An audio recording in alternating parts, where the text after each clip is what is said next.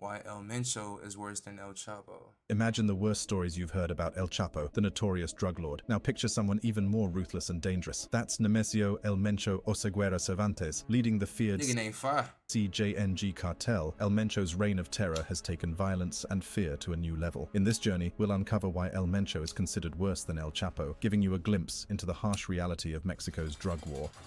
Brutality. Popularly known as the CJNG cartel, the Jalisco Cartel New Generation is highly revered as one of the most feared criminal gangs within and beyond the borders of I heard they really be running shit down there, man. Like the police can't even do nothing. Mexico. From brutal killings of rival gang members to the merciless execution of disloyal members and frequent gun battles with law enforcement agencies, the group has become the face of barbarism in Mexico's criminal underworld. These brazen acts of gross violence and extreme rascality are driven by the fierce disposition of its founder and leader, El Mencho. Under the guidance of El Mencho, the CJNG cartel has become a full-blown terror group that cannot be tamed. Today, the gang is responsible for the exponential increase in cases of extortions, kidnappings, forced disappearance, and homicides in its stronghold of Jalisco and other parts of Mexico. Through despicable acts of violence and devious tactics, El Mencho's CJNG has changed the landscape of the Mexican drug trafficking industry, and it is no surprise that the gang is now used as a yardstick for measuring the changing dynamics of the activities of transnational criminal organizations, TCO, in the South American country. Aside from the regular act of drug trafficking, the El Mencho-led CJNG cartel engages in all sorts of propaganda and employs quasi-military tactics to intimidate residents and members of rival cartels. Some of the first victims of CJNG's wild brutality were members of another drug cartel known as Los Zetas.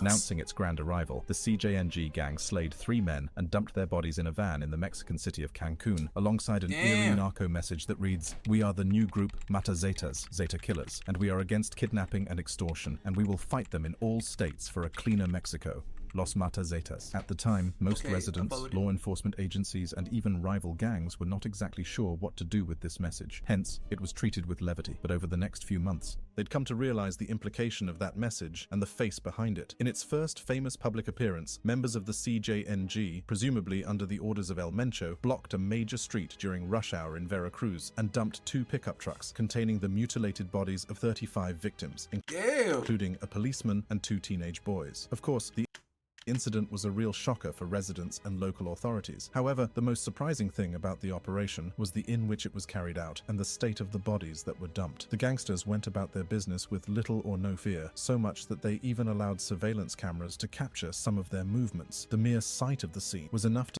Them niggas bold, bruh.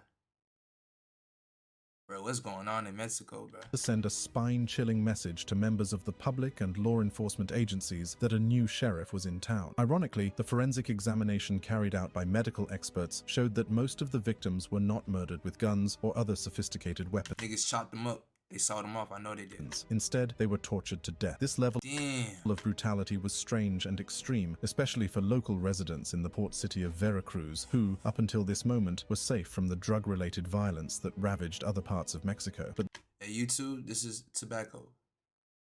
this was only just the beginning. Barely a month later after this incident, officials discovered the dead bodies of 30 CJNG victims. This was followed by several high-profile attacks on security forces across the country as the CJNG cartel announced its presence with a bang. In 2015, CJNG was fingered as the probable culprit of a violent attack that left 5 federal police officers dead in Octolan. 3 gang members and 2 civilians also lost their lives in the scuffle. 1 month later, in retaliation to the killing of one of its commanders, Heriberto Acevedo Cardenas, aka El Gringo, the gang ambushed a police convoy in the Pacific state of Jalisco, killing 15 policemen and leaving 5 other officers injured. All of Bro,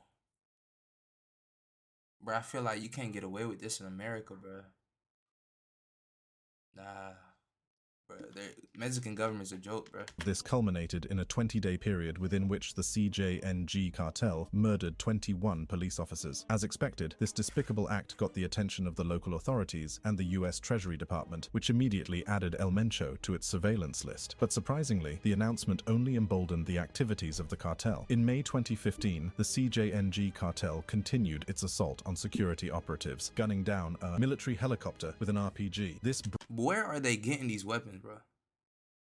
Nigga, RPG. brazen attack left 5 soldiers Nigga shot down a helicopter. This is a GTA. dead and set the tone for widespread violence in which 7 citizens lost their lives while 5 gas stations and 36 vehicles were razed. Aside from the frequent run-ins with rival gangs, the CJNG cartel also made it a point of duty to terrorize public officials who posed a threat to their operation. In May 2018, the notorious gang made a failed attempt on the life of Luis Carlos Najera, the former security secretary of Jalisco. 2 years later, members of the cartel laid ambush for the convoy of Omar Garcia Harfuch in the affluent community of Lomas de Nigga, that's Tom Chapultepec. Hanks. The Mexico City's Secretary of Public Security escaped the assassination attempt with gunshot wounds, but 2 of his security details and his chauffeur were murdered during the brutal attack. A few days later, a judge who had presided over different cases involving CJNG cartel members was murdered alongside his wife in Colima. At this point, it became clear that the CJNG cartel wasn't just another group of inexperienced criminals. Backed by El Mencho's tactical nous, the gang had assembled some of the most sophisticated weapons and artillery that money can buy within a short while, and was ready to take on any opposition. And Yo, man.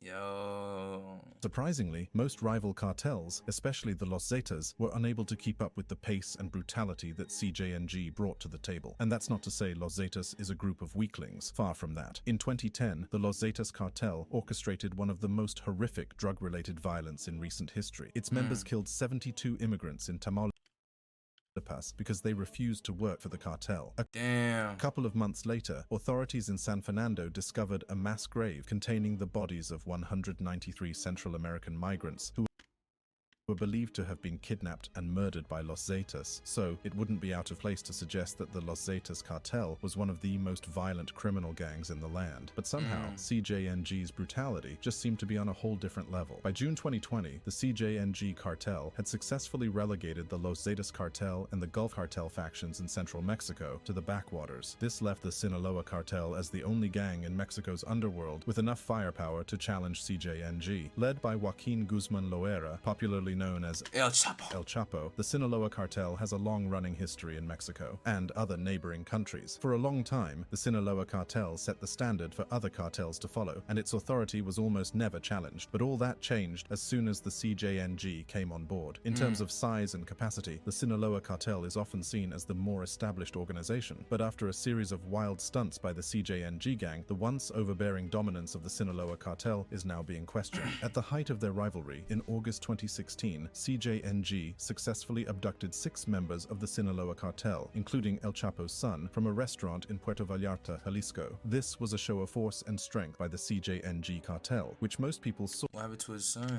as the underdog of the rivalry. The incident could possibly have resulted in more violence. However, both parties temporarily settled their differences, and the kidnapped victims were released for a ransom of around $2 million.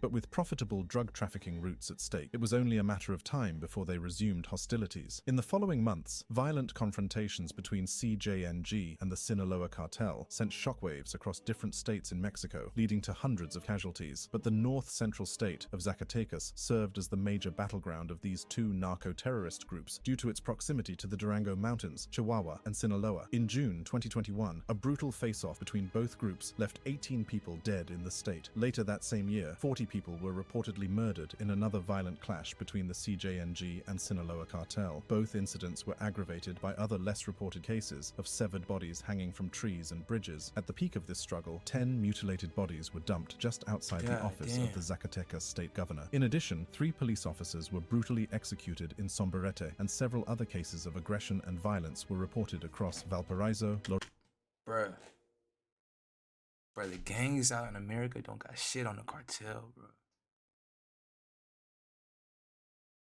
I'm just saying, bro. They got the government scared, bro. They can't do nothing, bro. They sending hits on officials and shit, bro. Imagine if like the Bloods and Crips did some shit like that, bro. Or like Latin Kings. Loreto, Pinos, Calera, and Guadalupe. Outside Zacatecas, conflicts between CJNG and the Sinaloa cartel led to the murder of 60 people and the displacement of over 3,000 residents of Frontera Comalapa, a municipality located around Mexico's border with Guatemala. Amateur videos circulated on social media showed heavily armored vehicles belonging to both cartels patrolling the area to enforce their authority. Official documents from Mexico's defense ministry classify Frontera Comalapa as the centerpiece of the drug trafficking routes between Mexico Mexico and Guatemala, and that explains why both CJNG and the Sinaloa cartel are eager to exert absolute dominance over the region. In a bid to arrest the situation, the government initially deployed 4,778 officers from the Mexican military and National Guard troops to several hotspots, including Zacatecas, Guadalupe, Lázaro Cárdenas, and others. In addition, more than 1,500 military and police personnel were stationed across strategic locations in Chiapas. But unfortunately, all of these efforts have yielded very little results, mostly due to the high level of corruption that plagues different agencies within Mexico's security architecture and the determination of both cartels to establish their superiority over the other. For security analysts, this bloody drug war is quite a surprise, especially considering that the CJNG gang is a newbie in the Mexican drug trafficking industry. In fact, it is even more shocking when you realize that CJNG is a splinter group of the Milenio cartel, a notorious narco-terrorist gang that operated as a division of the Sinaloa cartel in Jalisco, Colima, Michoacán. The foundation of the CJNG was laid back in July 2010 when Mexican security forces gunned down Ignacio Coronel Villarreal. Ignacio was popularly known among his allies and subjects as Nacho, and up until his death, he served diligently as one of the highest-ranked commanders in the Sinaloa cartel. Critically, Nacho gave out orders to Oscar Orlando Nava Valencia, aka El Lobo, the leader of the Milenio cartel. So, in other words, Nacho governed over the activities of the Milenio cartel by proxy. Following Nacho's death, El Lobo was captured by the authorities, and with no significant leader to guide the affairs of the Milenio cartel, internal divisions broke out within the gang. This led to the creation of two warring factions. On one side of the divide was the La Resistencia faction, and on the other end was the rebellious Torcidos faction, which reportedly sold out El Lobo to the authorities. The Torcidos faction would ultimately evolve to become the CJNG cartel.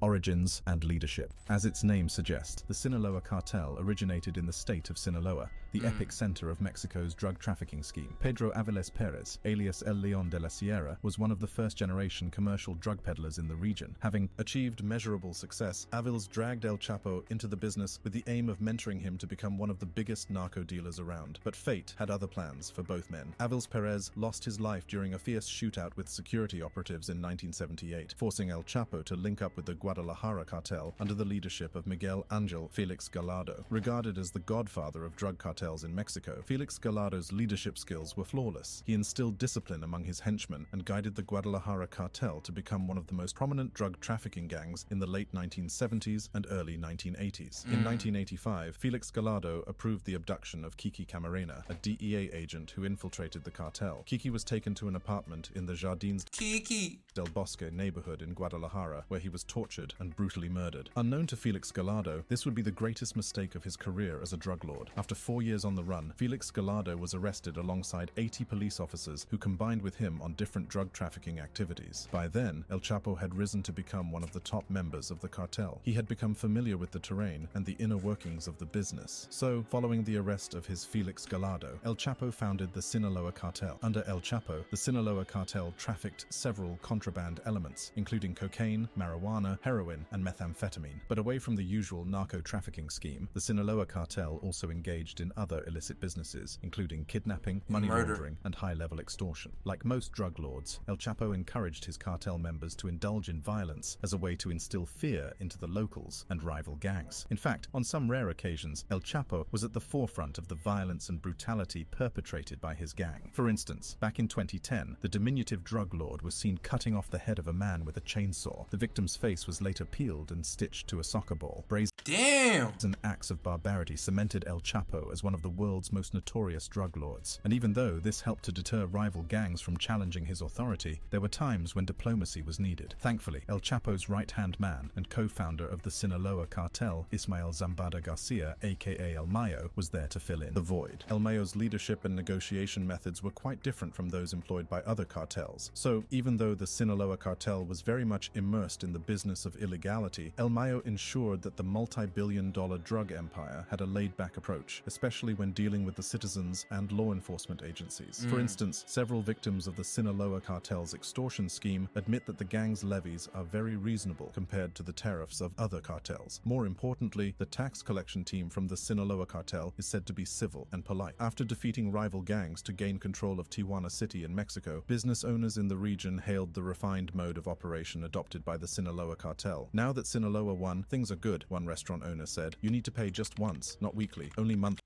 What? The fee has gone down. It's all easy. They are polite. Confirming this claim, a businessman in Baja California Sur said, the payments now are very predictable, and the collectors from the Sinaloa cartel are polite and calm. It's very civilized dealing with them, and you don't have to pay once a week in crazy sums, just every few months at a reasonable rate. And over the years, the Sinaloa cartel has built strong business connections with prominent political figures. So them niggas really extorting niggas, but it's like they politely extorting niggas like, we can protect you, but we need this payment every month or every couple months when you got it, you feel me? Or we could let these niggas come through and extort you.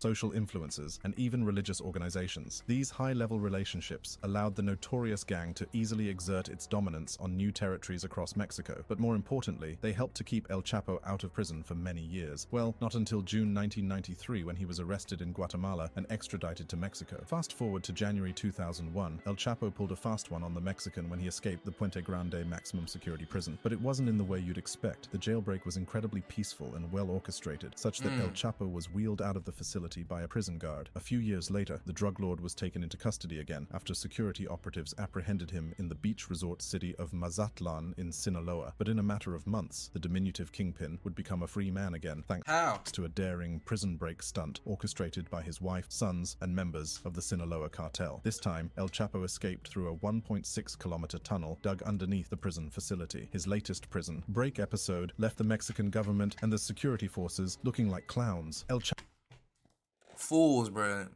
Chapo's How he do that? illicit wealth and the extraordinary level of corruption in the country meant he was always able to sidestep the law. However, El Chapo's second prison break episode was seen as a huge dent in the efforts of the Mexican security forces to crack down on drug-related activities. So, a high-level surveillance mission was launched, and the drug kingpin was arrested for the last time in January 2016. Mexico's president at the time, Enrique Peña Nieto, couldn't hide his excitement as he took to Twitter to announce the arrest. Mission accomplished, Peña Nieto wrote to his over 7 million followers. We've got it. I would like to inform the Mexican people that Joaquin Guzman Loera has been arrested. It was geek. He had to tell his niggas on Twitter, bro, we finally got that nigga. We finally got him, bro.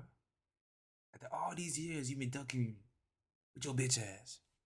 This brought an end to El Chapo's reign as the most notorious cartel boss in Mexico. But just when law enforcement agencies thought they could heave a sigh of relief, El Mencho was on hand to inherit that position. Right off the bat, El Mencho was a handful for security operatives and rival gangs. His default reaction to every situation was violence, and when he gets cornered, he simply responds with more violence. El Mencho's unconventional leadership methods and brutal ideologies ensured that the CJNG cartel quickly became one of the most vicious gangs in Mexico's underworld, a reputation that was built on a culture of violence and chaos. After founding CJNG in 2010, El Mencho reportedly swore allegiance to the Sinaloa cartel and deployed the full strength of his group to carry out several operations for the El Chapo-led gang. But the contrasting ideologies of both cartels meant they would eventually become fierce enemies. One significant difference between El Chapo and El Mencho is that the former lived a life of the party while calling the shots as boss of the Sinaloa cartel. The drug kingpin made it a habit to attend parties and other public functions in the company of extravagant convoys. Thomas Guevara, a sociologist at the University of Sinaloa, once described El Chapo as a media star with a theatrical streak, and he did live up to that expectation. According to reports, the notorious drug lord was flanked by 100 gunmen when he proposed to his beauty queen wife, Emma Coronel Aispuro. Meanwhile, the latter always kept a low profile as he orchestrated the activities of the CJNG cartel away from the public eye. But that doesn't make him less effective. As a former police officer, El Mencho came into the drug trafficking business knowing exactly what it takes to set up a was a former cop, so he know exactly what to do.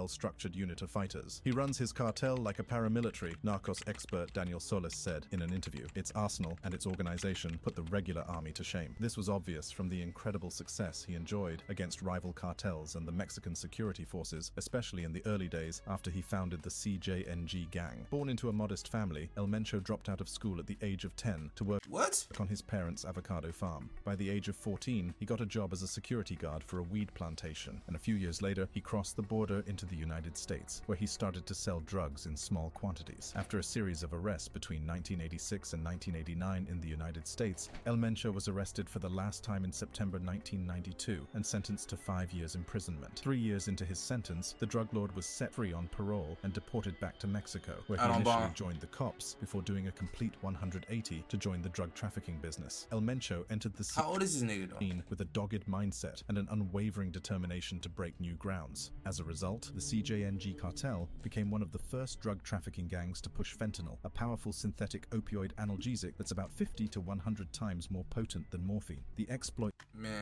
only this much and kill you. Of El Mencho in this new adventure paved the way for other cartels, including the Sinaloa cartel, to traffic fentanyl. But beyond his fentanyl trafficking exploits, El Mencho is known for his unquenchable thirst for blood and violence. Normally, these are attributes that all drug lords in Mexico's underworld are expected to have, but according to the testimonies of close associates and even foes, El Mencho's level of cruelty is extreme. In fact, experts have likened his killing methods to that of ISIS, one of the world's most notorious terrorist groups. Such is the cruelty of El Mencho and the fierce reputation of the CJNG cartel. While some other cartel bosses would occasionally set up impromptu courts to interrogate their victims before delivering judgments, El Mencho would deliver judgment first and ask questions later. This brash approach meant he sometimes sentenced innocent victims to their untimely death, like one time when he ordered his henchmen to rape and set a 10-year-old girl on fire. What the fuck? Because he thought she was the daughter of the rival drug lord. But the attention of the world became drawn to him in 2015 after the hellish series of gunfights between his cartel and security forces, which often led to a standstill of day-to-day activities in several cities across Mexico. In collaboration with Mexican law enforcement agencies, the DEA listed El Mencho as the world's most wanted drug lord, while announcing an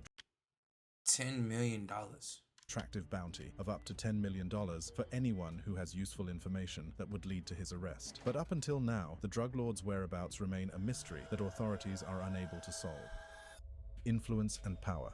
While El Mencho and El Chapo are contrasting characters with completely different leadership methods, both men have achieved an incredible amount of success in the criminal underworld. For many years, the Sinaloa cartel, under El Chapo, was quite easily the biggest and most feared drug cartel in Mexico. At the peak of its operations, the cartel was responsible for 25% of all drugs smuggled into the United States through Mexico, while earning a staggering annual revenue of between $3 and $39 billion. God! In fact, the cartel became one of the most established institutions in the whole of Mexico, with a strong presence in 17 Mexican states and 50 countries across the world, including Colombia, Argentina, and the United States. Currently, the cartel has existing alliances with the Familia Michoacana, the Gulf Cartel, and the Tijuana Cartel. As the man at the forefront of the cartel's success, El Chapo enjoyed luxuries that would normally be reserved for royalties. At some point, the drug lord had unrestricted access to the highest-ranking politicians in Mexico, including former President Peña Nieto, who reportedly received a $100 million bribe from the drug lord. El Chapo's generosity also meant that he was incredibly popular among people of the lower class as well. Many locals saw him as the Mexican Robin Hood who stole from the rich to give to the poor. He donated huge sums of money to individuals and impoverished communities. Fact. And during the peak of COVID-19, the Sinaloa cartel distributed relief materials to citizens. Gestures like this warmed the heart of the public towards the Sinaloa cartel and El Chapo, whom many described as the narco saint. In Niggas goddamn Pablo Escobar. 2014, hundreds of Mexicans took to the street with trumpets and banners, asking the government to release the drug kingpin. Speaking to members of the media, Pedro Ramirez, a local resident of Badiraguato, Sinaloa said, "We support Chapo Guzman because he is the one who gives us jobs and helps out in the mountains." And after his prison escape in 2015, Francisco Villagurola, a local pastor of the Apostolic Church in Badiraguato, had nice things to say about the drug lord. "He is a good person," Villagurola told interviewers. "He is not a person who threatens, intimidates. He knows how to converse, knows how to speak. As an individual, I recognize him as a good person." Following El Chapo's arrest and eventual extradition to the United States, the Sinaloa cartel has been plagued with a number of internal and external conflicts. Most notable is the internal feud between a selected group of El Chapo's children known as the Chapitos and El Mayo. According to reports, the Chapitos are looking to fill the void void left by their father. But as the last standing member of the Old Guard and El Chapo's former right-hand man, El Mayo feels naturally entitled to the throne. This internal wrangling and a couple of high-level arrests have left the Sinaloa cartel struggling to maintain its dominance across several states. Its influence on the political class in Mexico has also dwindled. Within this period, the CJNG has experienced exponential growth to become one of the most ruthless gangs in Mexico. Currently, the cartel has a strong presence in roughly 24 Mexican states. However, its network of allies runs through the entire 32 states within the Mexican Republic. In addition, the CJNG cartel has a documented presence in other countries across South America, Asia, Latin America, and North America. This includes Colombia, Peru, Bolivia, China, Australia, Canada, and the United States. According to recent DEA estimates, CJNG and the Sinaloa cartel have a staggering workforce of over 45,000 members, associates, facilitators, and brokers across 100 countries. But in recent times, CJNG has been able to leverage its culture of violence to expand its influence. Currently, the gang is well positioned to overtake Colombian cartels in terms of the revenue generated from cocaine sales. CJNG's current network of infrastructure and assets is worth over $20 billion. But interestingly, the group's finances are managed exclusively by another cartel called Los Cunis Cartel. Described as Mexico's richest cartel, the Los Cunis Cartel is an established money laundering organization that mops up dirty cash for different cartels, but its relationship with the CJNG cartel is quite special because the bond between both groups is solidified by the marriage between El Mencho and Rosalinda Gonzalez Valencia. Her uncle, Armando Valencia Cornelio, aka El Maradona, was the founder of the defunct Milenio cartel, and her brothers helped set up the Los Cunis cartel, which played a huge role in the meteoric rise of the CJNG cartel. However, much of the group's success is attributed to the leadership methods of El Mencho and his influence on the police force. Like El Chapo and other cartel bosses, El Mencho hands out generous bribes to law enforcement agencies, but he doesn't shy away from intimidating them when they get on his nerves. Like this audio recording where the drug lord threatened to kill a police commander if he doesn't withdraw his troops. Delta 1. Hey, ¿quién habla? Mira bien, hijo de tu puta madre. Soy Mencho, güey. Relaja tu puta gente a la verga. Soy Mencho, güey. Relaja tus putas partidas, si no te voy a partir tu madre, tienes toda tu bola de perros. Te tengo identificado 30 güeyes. Shit. Hasta tus putos perros. I'll even kill you, bitch. Dogs, you. Te voy a matar si no te relajas, güey. Interestingly, the police officer promised to withdraw his troops in a bid to pacify El Mencho, but the drug lord was clearly not having it. Ya está, señor, ahorita los bajo. Oh, no cuelgues, hijo de la verga. Te tengo ubicados en Chacala, güey. Nigga's crazy. No le estoy colgando, le estoy diciendo, ahorita los bajo. At this point, you could tell that the policeman was already frightened, but El Mencho couldn't care less. The cartel boss continued his rage as he issued more threats. Revíremeles a todos los hijos de su puta madre, porque todos agarran dinero y son buenos de puercos. Because all you happily sent my money. Sí, lo que me están diciendo. ¡Se me ponen a tiros! ¿O tú eres el primero que vas a marchar por ellos, León? No, señor. ¿Vale? No, señor, no se trata de eso. The cartel boss didn't seem impressed by these assurances, so he reiterated his stance one more time and instructed the police officer to keep his cell phone on. Pero no me lo apague porque lo voy a entender como negatividad. No, señor, ahorita le mando un mensaje de un pronunciado. Órale, pues, León, ahí les quiero eso, que se relajen a la verga. Sí, señor, usted me conoce, usted sabe que hay respeto y hay ilusión. This shocking conversation highlights the brutality of El Mencho, even when dealing with the so-called enforcers of the law. According to reports, El Mencho operates a plata o promo strategy that involves making government officials choose between bribes and bullets. For those who choose, they get paid up to $3,000 monthly, and for those who refuse to subscribe to this evil scheme, they're given a first-hand dose of El Mencho's brutality. The plata o promo strategy has become a cliché among many cartels in Mexico, and so far, it seems to be quite effective. Current Jalisco State Attorney General Eduardo Almaguer confirmed recently that drug cartels have successfully compromised 90% of the police force in Guadalajara through corruption and intimidation, most of these illegal. Activities are coordinated by the CJNG cartel, and if things continue on this trajectory, and quite possibly, the gang could upsurge the Sinaloa cartel to become the biggest drug cartel in Mexico. Thank you for watching this video. Yeah, Shawty told me she believe nothing, she don't really